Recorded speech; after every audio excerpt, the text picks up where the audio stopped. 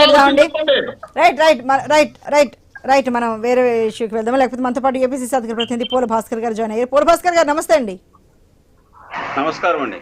Okay, మరి ఎవరి వాదనని మీరు సమర్థిస్తారు? షర్మిల సునీత వాదననా, లేకపోతే అటువైపు చూసుకుంటే మేనత్త విమలమ్మ వాదననా? అంటే చాలా వరకు ప్రజలు అంటే ఇందాక మేము ఒక జస్ట్ 2 అవర్స్లోనే ఇంకా హాఫ్ అన్ అవర్ కంటే ముందు 24,000 మంది ఓట్ చేశారు. అందులో 67% మంది షర్మిల సునీతలకి తమ మద్దతు తెలిపారు. అంటే వాళ్ళ వాదననే మేము గౌరవిస్తున్నాం అంటూ ఉన్నారు.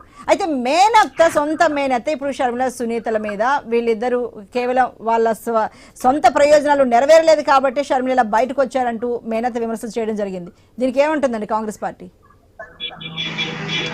మేడం, కాంగ్రెస్ పార్టీ గత 10 సంవత్సరాల నుంచి కూడా ప్రత్యేక హోదా మీద అయితేనేమి, భారత్ జోడో యాత్ర ద్వారా అయితేనేమి, అదేవిధంగా న్యాయ యాత్ర ద్వారా అయితేనేమి, ఆంధ్రప్రదేశ్ లోనే కాకుండా భారతదేశ వ్యాప్తంగా కూడా కాంగ్రెస్ పార్టీ ప్రతి రాష్ట్రంలో పుంజుకుంటూ వస్తున్నటువంటి పరిస్థితిని మనం అందరం చూస్తున్నాం.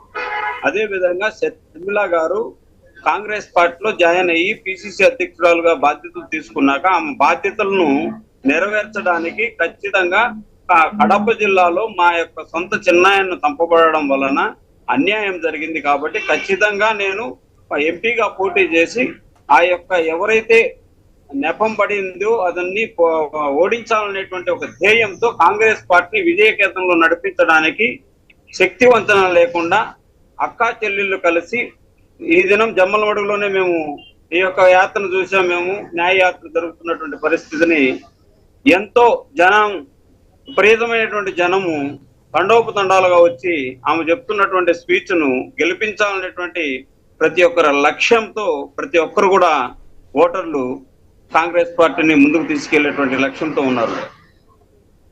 ఓకే ఓకే రైట్ అండి, మళ్ళీ మీ దగ్గరకు వస్తాము. మరి మన్యు కోటేశ్వర గారితో మాట్లాడదాం. మన్యు కోటేశ్వర గారు, మనం ఇప్పుడు మళ్ళీ తాజా రాజకీయాల దగ్గర